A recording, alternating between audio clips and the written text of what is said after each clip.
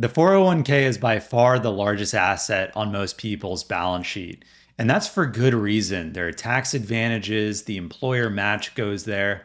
And so I think it's great that people are utilizing the account. And it's not the vehicle itself that's the problem. Usually, what I see is under optimization within the investment selections themselves. And over the course of a 30-year working time horizon, a 1 and 2% return difference can have an enormous impact. So in today's video, I'm going to talk through what I believe are the 5 levels of investing within the 401k. Everything from set it and forget it in a target date fund to the most customizable options to help you along your journey. Now, you'll see a couple companies on here. On the left-hand side, we've got the custodians themselves. These are the record keepers who are going to house your assets. And then on the right-hand side, we have a few different companies. I've worked with people from every single one of these companies, so I've dealt with their 401k plans.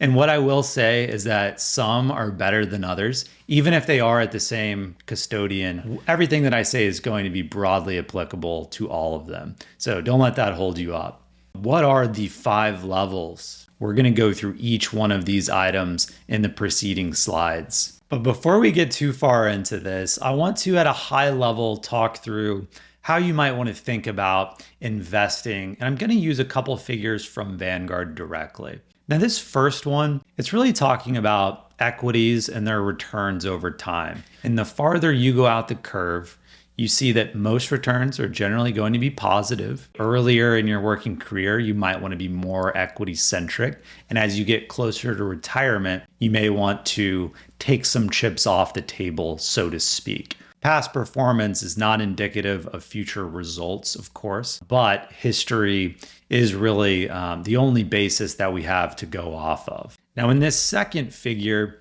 this is really talking about the human capital theory, and it's really important in investing. When you start your working career, you've got a lot of human capital, but you haven't saved up a lot of financial capital yet.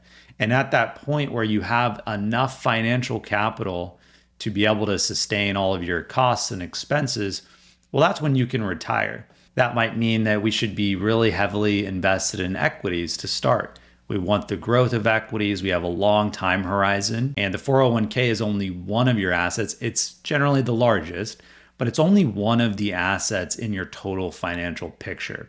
So you really want to determine your goals. We always start with goals. It's purpose, and then that helps you build a plan, and then you can build your portfolio. But in this figure, we see goals, risk, available resources, and then your retirement plan. I think that's the right way to think about things. So going back, here are 5 levels. Let's jump into the first one. The simple target date retirement fund. That would mean that if you're going to retire in 15 years, then we should pick the 2030 fund. We can set it and we can forget it. And the reason we can forget it is similar to the figure 2 that we just looked at. Vanguard and all of these target date fund providers, they have what's called the glide path within the target date fund. And really all that means is at each particular age interval, they are going to change the investment allocation along the way. You are going to trade in basically your equities for fixed income, which will help reduce the volatility as you get closer to that retirement date. Now, if you just look from left to right on this screen, you've got the blue and turquoise bars representing equities, and then the yellowish orange bars representing fixed income. And so you can see that, the first 20 or so years of retirement, they're suggesting that you should be very equity heavy, maybe a little bit of bonds along the way. And then as you get closer and closer to retirement, you want to take those chips off the table, like I mentioned, just to really help with maybe some stability and lack of volatility in your plan. And I think for the masses, this is a good approach. I do believe that if you're working with an advisor, you have a plan, you're able to get a little bit more customized. But these target date funds have to be able to work for everyone in the company. Level number 2, and this one might be my favorite for the masses. This is a super easy way to go about things. And it's very similar to level number 1, except for we're not actually going to choose the date that we plan to retire. And the reason for that would be this is a level where you can kind of customize. So that's why it is level 2. And you can customize based on your risk, your financial situation. So let's say you're incredibly conservative. Well, you may want to pick a date that is sooner rather than later, because that will mean that it'll have more fixed income in that glide path. It'll assume that you're retiring earlier than you are, and therefore it'll be more conservative. On the opposite side of things, you could pick a date 10, 15, 20 years past your retirement, knowing that it's going to be more aggressive for you, but it's still a set it and forget it. Own one fund, which is going to own 4 underlying funds that make up the investments, but there's a little bit of customization there. Now, anytime you customize, you're going against what Vanguard or whoever the target retirement date provider thinks is optimal for you. So you do want to understand those risks. Now, this third level, although it is level 3, it actually might be my least favorite level of the 5. And this is paying someone at the custodian to help you with your investment selection. They're going to charge you anywhere from 0.3% to 0.1%. That's represented here in basis points down below. It's not the most expensive option, but I don't necessarily think that it provides a lot of value either. The benefit is that you talk to someone, you go through some questionnaires and some analysis that help them better understand your situation, and then they'll help you develop an investment philosophy. And they're going to use the glide path that we talked about, and they're going to come up with the index funds within the plan that most similarly represent the target retirement date fund, but they might customize it a little bit to basically do what you could have done for yourself in level number 2.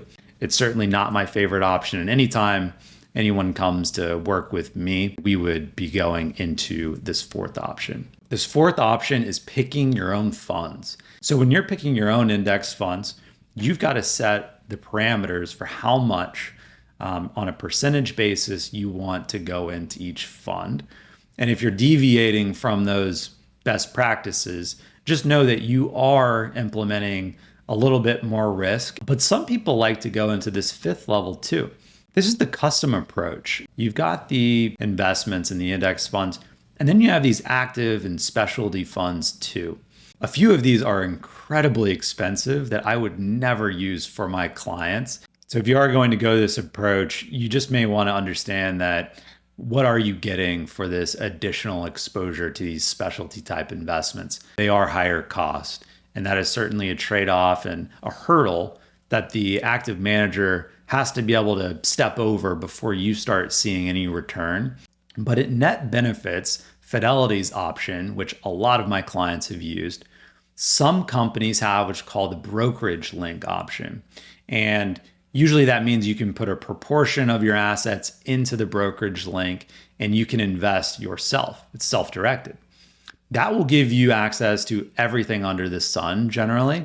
And then you can really try to maybe pick some of these more sector specific investments that are lower cost. I could see that making a lot of sense. When someone retires, we roll these assets into an IRA where we have access to everything under the sun so that we can pick the most deliberate investments that we think are going to be right for the individual. So in my view, this 5th option is really pretty broad. Some plans, it's going to be great. Other plans, not so great. You've got to actually look into these things. When you're just choosing the target date or the index funds, it's pretty self-explanatory. But as you get into these more customizable options, you sort of need to know what you're doing. I really think it comes down to what is your purpose, which helps you build your plan. And then that's how you determine your portfolio.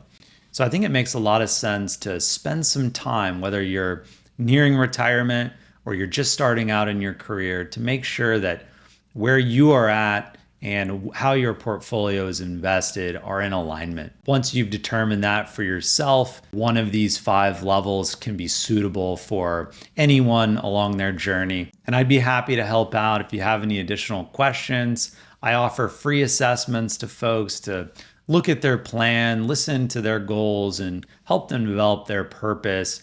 And sometimes it might just be you're on the right track or think that you're doing a great job. Let's talk in 5 years. And other times it could mean, hey, there's a lot of things that we should be doing that might warrant a planning engagement. But all in all, I hope this helps, and I'll see you guys in the next one.